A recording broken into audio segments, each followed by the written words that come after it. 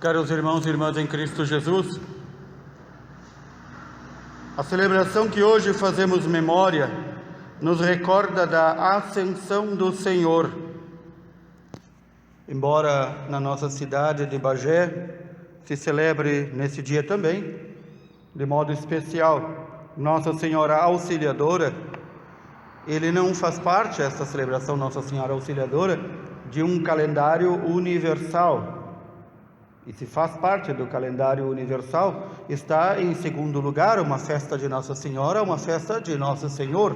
Afinal, Ele é nosso Deus. E por isso hoje celebramos a ascensão do Senhor. A primeira oração do dia da Santa Missa diz: a ascensão do Senhor já é a nossa vitória, porque o Senhor, tendo sido morto por nós, ressuscitado por nós, subiu ao céu por nós, para nos dar pela fé a firme esperança de que nós também um dia haveremos de lá no céu estar. Evidentemente que nós não vamos ascender ao céu como o Senhor, não seremos levados desta forma, não subiremos ao céu desta forma, mas o céu é morada definitiva para aqueles que buscam viver a vontade e a palavra de Deus. E portanto toda a Sagrada Escritura, os trechos que foram escolhidos para este domingo da Ascensão do Senhor, nos narram o fato histórico, não um mito, não um contar de uma comunidade, mas as próprias testemunhas que viram o Senhor ressuscitado, as próprias testemunhas que durante 40 dias após a ressurreição conviveram com Ele. Não o viram de vez em quando, mas conviveram, comeram, beberam diariamente com Ele durante 40 dias, o Senhor dando-lhes as últimas instruções.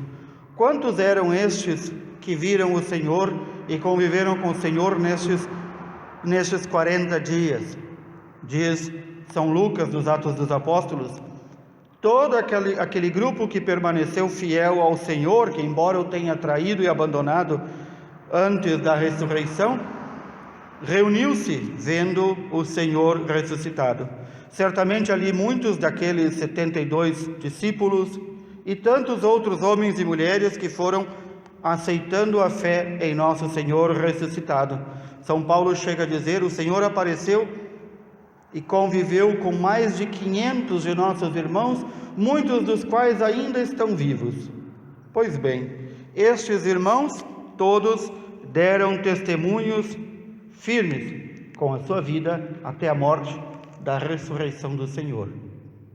Muitas vezes, quem não conhece a Sagrada Escritura, quem não conhece aquilo que nos é ensinado pela Sagrada Escritura e pela Igreja, pode se perguntar: mas será que eles não se enganaram? Será que não estavam vendo um fantasma? Será que não era uma alucinação coletiva?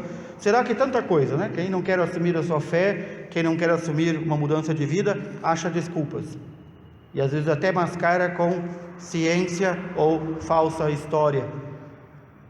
Aí nos perguntamos: estes que viram o Senhor ressuscitado, e que diante de reis e governadores e prefeitos e tantos déspotas daquela época, como na nossa época, não se dobraram, preferiram morrer, dar a sua vida por uma verdade, será que estariam enganados? É a força do seu testemunho que chegou até nós, e por isso nós fomos batizados. Nós não somos batizados, embora muitos não tenham uma noção clara do que é o batismo quando o pedem, mas alguma coisa na cabeça do nosso povo, embora seja um povo que não conhece bem a sua fé, ele sabe que é importante batizar, mas ele não tem bem claro ainda que ao batizar seu filho, ao sermos batizados, nós somos incorporados, ou seja, nos tornamos corpo cuja cabeça é Cristo. Esse corpo se chama Igreja, de modo que Igreja não é o Papa, não são os bispos, não são os padres, somos todos nós ou não somos. E portanto, o cuidado, a diligência, o amor pela Igreja deve ser comum a todos nós. Portanto, também a responsabilidade pela Igreja é comum a todos nós. É muito fácil quando não queremos assumir nossos compromissos e queremos colocar a culpa em alguém, acharmos alguém, o governo, os outros, a igreja. Deste nós não podemos escapar, porque nós somos, pelo batismo, a igreja, todos nós. Não é o templo, não é este salão, não é aquela igreja que ainda vai se arrastando a reconstrução, não é nada disso a igreja somos nós. E nós fazemos parte deste corpo. Como bem nos lembra São Paulo, se uma parte do corpo falha, as outras também falham. Este domingo da Ascensão do Senhor, que, como repito, nos diz a primeira oração do dia, já é a nossa vitória. A Ascensão do Senhor já é a nossa vitória, porque pela esperança da fé nós também cremos que estaremos de corpo e alma no céu, na ressurreição. Portanto, pela fé nós cremos que assim receberemos, e aqueles que vivem de acordo com sua fé o receberão. Esta mesma fé que nos chegou pelo testemunho de nossos antepassados, de nossos irmãos na fé, esta mesma fé nos pede, nos exige que tenhamos um compromisso bem claro de testemunhar às futuras gerações. Quantas vezes nós ouvimos alguém que não conhece bem a história, ou não conhece bem a própria história da sua igreja, ou não conhece a sua própria fé, em suma, e diz assim: como hoje é diferente, poucas pessoas vão à igreja. Mas ir à igreja é uma forma das centenas e centenas de testemunhar a sua fé. Se pai e mãe, ao ter seus filhos, não transmite a fé, obviamente que a nova geração não vai ter fé alguma, não vai ter prática de fé alguma e não vai viver como cristão coisa nenhuma. Sabendo isso bem claro, a gente consegue entender porque vivemos numa sociedade pagã, que embora tenha lá o rótulo de cristã, é pagã. Vive como pagão, come como pagão, dorme como pagão, se arrasta pelo mundo como pagão. Nós vemos este paganismo de modo bem claro nos nossos dias, quando mesmo com os decretos tolerantes de abertura de igrejas sob certas condições, a grande maioria das pessoas não voltou às igrejas, mas não deixou de ir nos mercados. Por quê? Porque o corpo, para estes, é mais importante que o espírito. O alimento do corpo está acima de tudo. E não vê a hora de voltar ao trabalho para quê? Não para talvez pagar as suas contas, um ou outro tem essa necessidade, mas de poder tirar férias. Já ouvi isso de gente: não vejo a hora de voltar para o trabalho para poder tirar minhas férias.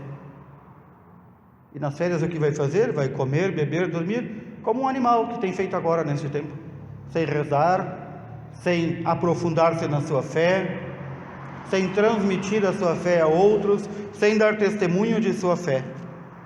E é típico dessa época em que estamos vivendo, em que as pessoas não têm uma verdadeira fé, porque não querem aprofundar o conhecimento da sua fé, por pura preguiça.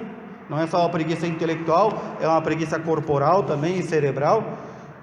E elas caem em duas posições. Umas querem que Deus resolva tudo. Eu vou fazer tais orações, vou pagar tal promessa e Deus vai exterminar o maldito vírus. Outros caem numa posição que a gente diz a cassiana, que veio assim: bom, agora logo mais vão descobrir a vacina e vai acabar tudo isso. Lamento informar, Deus não vai acabar com o vírus. E lamento informar, a vacina não acaba com o vírus. Esse é mais um dos vírus, dos milhões e milhões que temos no mundo, que vai continuar. E logo mais as autoridades vão achar um outro, mais terrível ainda, para nos amedrontar. Então, não se preocupem quanto ao vírus. Há um vírus muito pior que se inoculou em nosso Brasil, não só na nossa Bagé, mas em nosso Brasil. O vírus da indiferença religiosa, o vírus do paganismo, o vírus do tanto faz como tanto fez. O vírus que nos deixa perplexos quando ouvimos uma palavra mais dura, mas não nos deixa perplexos quando vemos corrupção e roubalheira. O vírus da perplexidade seletiva. Eu escolho com o que eu vou ficar perplexado. Alguns ficam não perplexados, que é uma palavra muito bonita, e ficam como as galinhas, chocadas. Então, estes vírus nós precisamos combater com muito mais coragem. Dar testemunho da sua fé. Dar testemunho bem claro. Por isso, São Paulo, na carta aos Efésios, hoje nos diz que o Pai, a quem pertence a glória, nos dê um espírito de sabedoria. Que este espírito de sabedoria, o Espírito Santo prometido pelo Senhor, nos revele e nos faça verdadeiramente conhecer. Não um conhecimento assim, fraquinho de fazer conta, de um ouvir dizer. Nos faça verdadeiramente conhecer. Ter a experiência do conhecimento. Do quê? Nos diz São Paulo, da esperança para a qual fomos chamados. Nossa esperança é a ressurreição e a vida eterna. E nos dê a conhecer também a riqueza da glória que está na vossa herança com os santos. Que nós não estamos esperando a herança do meu avô que ainda não saiu, que nós não estamos esperando o precatório que o governo não pagou. Nós não estamos esperando isso como cristãos. Nós estamos esperando receber a mesma herança que os santos. A vida eterna, a vida em Deus. E o homem e a mulher que se diz cristão e que não espera a vida eterna, ele não tem no seu horizonte de coisas a querer e desejar a vida eterna. E então ele rasteja como um verme aí na lama. Ele fica aí só desejando as coisas deste mundo. É muito bonito ouvir quando alguém se converte verdadeiramente, ele diz: eu quero o céu, eu quero ver Nossa Senhora lá no céu, eu quero viver com os santos de Deus, eu quero ver a Deus, eu quero. Esse eu quero tem que ser continuamente renovado no dia a dia das nossas orações, senão a gente cai naquela coisa morna, e do morna vai para o frio, e do frio vai para o gelado, e quando viu já gelou tudo, e estamos aí como minhocas do pau se arrastando pelo chão. Aqui o Senhor nos recorda também que tudo aquilo que nós vamos ver no mundo futuro, todo o poder de Deus, está sob os pés de alguém, ou seja, está nas mãos de alguém. É isso que quero dizer quando está sob os pés de alguém. Está nas mãos de alguém, de nosso Senhor Jesus Cristo. É Ele quem pode nos dar a vida eterna, o cabeça da igreja, a nossa cabeça. Portanto, nós, como batizados e corpo de Cristo, não podemos ter uma cabeça nossa, temos que seguir a cabeça de Cristo. O evangelho que ouvimos, o santo evangelho de hoje, ele é extremamente curto, apenas 5 versículos, que nos recordam que o Senhor reuniu os 11 com ele e no monte subiu ao céu. Mas antes de subir ao céu, deu-lhes uma ordem. Proclamou primeiramente: toda a autoridade no céu e na terra foi-me dada a mim, Jesus. E ele, portanto, agora dá esta autoridade aos 11, aos apóstolos, e diz: portanto, ide. Não disse: vão se quiser, vão quando quiser. Ide é ordem imperativa. Ide e fazei discípulos meus todos os povos, batizando-os em nome do Pai, do Filho e do Espírito Santo. Ele não disse: vão e vejam se eles querem se converter. Vão e deixem eles com a religião deles, porque todas as religiões levam a Deus. Ele não disse nada disso. Ele disse: ide e fazei discípulos. Ele não disse: fazei prosélitos, não façam seguidores, façam discípulos. O discípulo é aquele que, vendo o mestre, o imita.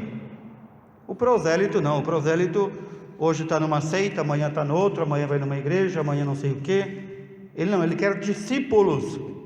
E esses discípulos são missionários.